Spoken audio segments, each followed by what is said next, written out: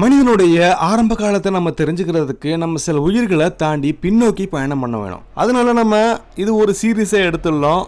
இந்த சீரீஸுடைய முன்னாடி இருக்கக்கூடிய எபிசோட்ல சில செல்கள் சில மாற்றங்களை உண்டாக்கியிருக்கு. அது அடுத்த மாற்றம் என்னன்றதை நீங்க தெரிஞ்சுக்கிறதுக்காக தான் இந்த எபிசோடு உங்களை பின்னோக்கி கொண்டு போகுது. வாங்க நம்ம மனிதர்கள் மட்டும் இல்லாம ஒட்டுமொத்த பூமியை அலங்கரிச்ச சில உயிர்களுடைய ஆரம்பத்தை தெரிஞ்சுப்போம்.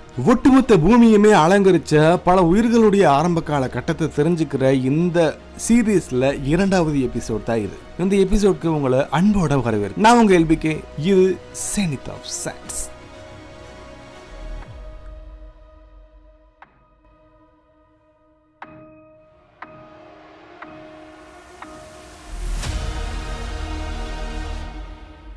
சுமார் 4 பில்லியன் ஆண்டுகளுக்கு முன்னாடி பூமி இப்போ நம்ம பார்த்த மாதிரியான அமைதியான ஒரு நீல நிற கோளா இருக்கவே இல்லை.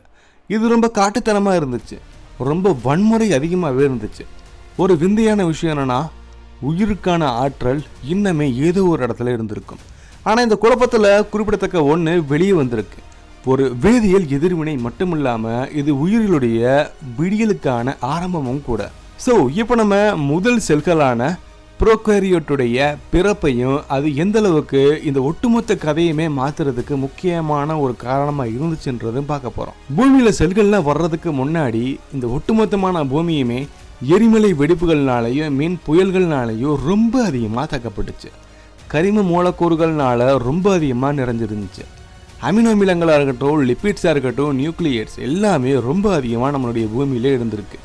ஆனால் இது உயிர்கள் கிடையாது.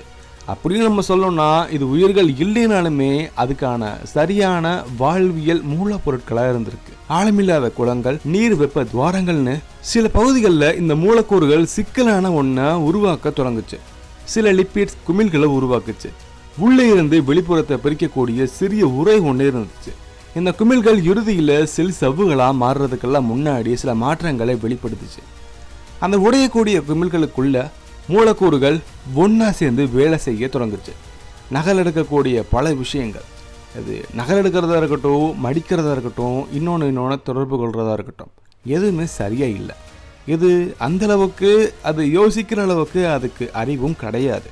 ஆனால் ஒன்று விடாமுயற்சி ரொம்ப அதிகமாக இருந்திருக்கு. எங்கோ ஒரு வேளை ஒரு சூடான அலைக்குளத்திலேயோ அல்லது நீர்வெப்ப துவாரத்துக்கு பக்கத்துலேயோ இந்த மாதிரியான விஷயங்கள் நடக்கும்.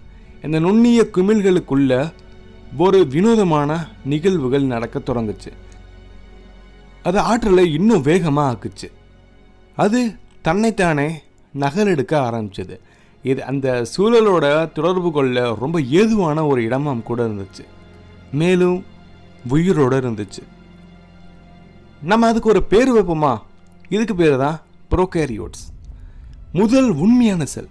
இதில் கரு இல்லை, ஆடம்பரமான உறுப்புகள் எதுவுமே இல்லை. ஒரு சவ்வு, மரபணு பொருள், வளர்ச்சிதை மாற்றத்துக்கான தீப்பொறி மட்டும்தான் அங்கே இருந்துச்சு.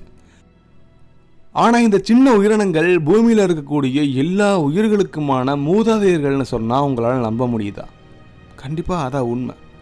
காளான்லேருந்து திமிங்கலங்கள் வரையும், மரங்கள்லேருந்து நம்ம வரைக்கும் ப்ரோகாரியோட்ஸ் எப்படி செயல்பட்டுச்சு இதை நம்ம கொஞ்சம் பக்கமாக பார்ப்போம். ஒரு ப்ரோகாரியோட்டிக் செல் ரொம்ப எளிமையாக இருக்கலாம், ஆனால் நம்ம ஏமாற வேணாம், அது ரொம்ப சிம்பிளாக இருக்கும்னு. அந்த சவ்வுக்குள்ள செயல்பாடு ரொம்ப அதிகமாக இருந்திருக்கு. அதோடைய டிஎன்ஏ ரொம்ப சுதந்திரமாக மிதந்துச்சு. உயிர் வாழ்கிறதுக்கான வழிமுறைகளை அதில் வச்சுருந்துச்சு. ரைபோசோம்ஸ் அந்த குறியீட்டை புரதங்களாக மொழிபெயர்த்துச்சு. வாழ்க்கையுடைய வேலையை செய்யக்கூடிய மூலக்கூறு எந்திரங்கள் தான் இது. செல் அங்கே இருக்கக்கூடிய சுற்றுச்சூழலில் இருந்து ஊட்டச்சத்துக்களை உறிஞ்சிக்கிட்டே இருந்துச்சு. பழமையான வேதியியல் எதிர்வினைகள் மூலியமாக அங்கே இருக்கக்கூடிய பல ஆற்றல்களை மாற்றுறதுக்கு நொதிகளை பயன்படுத்துச்சு. நிலைமைகள் சரியாக இருக்கும்போது அந்த பிரிஞ்சிட்ருக்கக்கூடிய வளர்ச்சி இல்லாத சில நிலைத்திருக்கக்கூடிய பொருட்கள் மேலும் உருவாக ஆரம்பிச்சுது. சில ப்ரோகாரியோட்ஸ் கொதிக்கக்கூடிய சல்ஃபர் நீர்லேருந்து அல்லது உறைபனி இருக்கக்கூடிய மீத்தேன் எரிமலைகளில் கூட வாழ முடிகிற அளவுக்கு அதோடைய தகவமைப்பு ரொம்ப மேம்பட்டு இருந்துச்சு. வாழ்க்கை இனி ஒரு தற்செயலாக இல்லை, அது பரிணாம வளர்ச்சி அடைஞ்சிக்கிட்டே இருந்துச்சு. ஒவ்வொரு பிரிவிலையும் சின்ன சின்ன பிறழ்வுகள் மரபணு குறியீட்டில் ஒரு சில மாற்றங்களை ஏற்படுத்துச்சு. சில செல்கள் வலிமையாக்கிட்டே இருந்துச்சு, ஒருத்தவங்க இன்னொருத்தவங்களுடைய திறன்களோட கம்பேர் பண்ணும்போது ரொம்ப மேம்பட்ட மாதிரியான ஒரு மாற்றத்தை ஏற்படுத்துச்சு.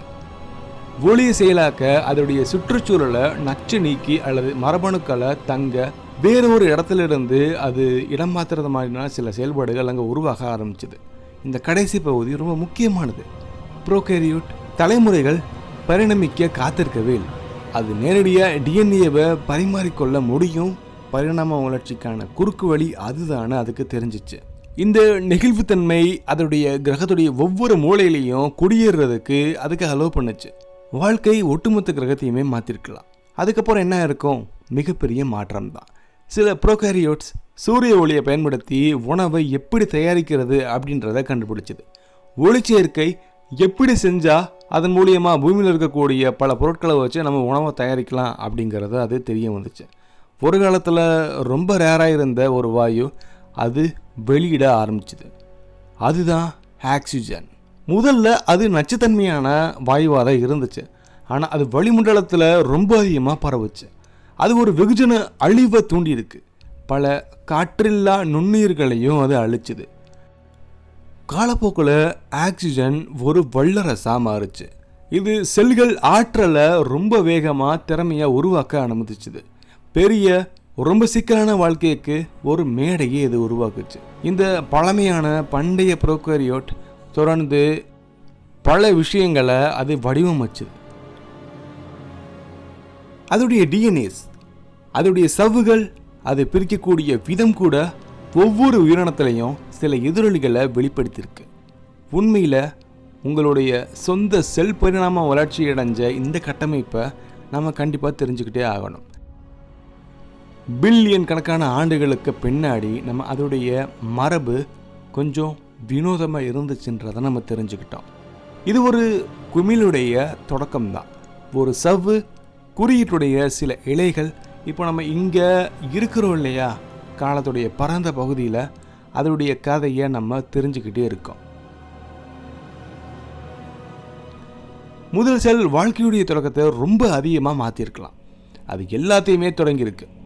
இது தொடக்கம் மட்டும்தான். இந்த தொடக்கத்துடைய அடுத்த பகுதியில் நீங்கள் தொடர்ந்து தெரிஞ்சுக்கணுன்னா அடுத்த எபிசோடை நீங்கள் கண்டிப்பாக தொடர்ந்து பார்க்கணும். அடுத்த எபிசோடில் கண்டிப்பாக நம்ம சந்திக்கலாம். பாய்.